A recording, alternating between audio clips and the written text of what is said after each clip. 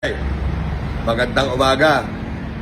Ngayon noong January 20, yung isinampa ko kay Makagago na kaso sa Isabela ay na-dismiss sa kadahilan ng wala kaming natanggap na sagot ng kanyang counter affidavit. Ay dinaya na naman ho tayo ni Makagago. Hindi ho tayo nakatanggap ng kanyang counter affidavit. Pero wala naman hong problema dahil meron naman hong remedy.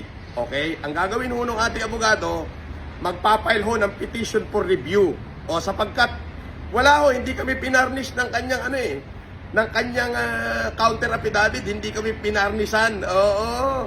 Talagang dahil madaya siya, so papile tayo ng petition for review sa DOJ. At the same time, i-refile uli natin yung kaso doon kasi pwede naman hong i-refile. Ayan. So, ayan, ina-update ko lang kayo. Ngayon, noong January 20, yung isa lang ho ito, yung isang ikinaso ko kay Makagago sa Isabela ay na-dismiss po. Sapagkat kami ay walang natanggap na copy ng kanyang counter affidavit. So, hindi kami pinadalan ng furnish ng kanyang counter affidavit. Kaya naman, hindi kami nakasagot.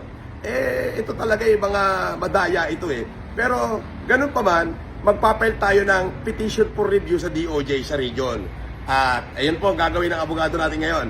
At the same time, yung isang kaso niya na marami ay ipapile na rin ho natin sa Tugigaraw. Alright, pati yung kay nanay, ipapile na rin ngayon sa Tugigaraw. Okay, see you later, alligator! Yeah, in-update ko lang kayo.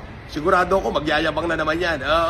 Pero eto, dahil nga hindi po kami nakatanggap, wala kami natanggap nung kanyang counter affidavit. Hindi kami pinarnisyan, wala kami natanggap.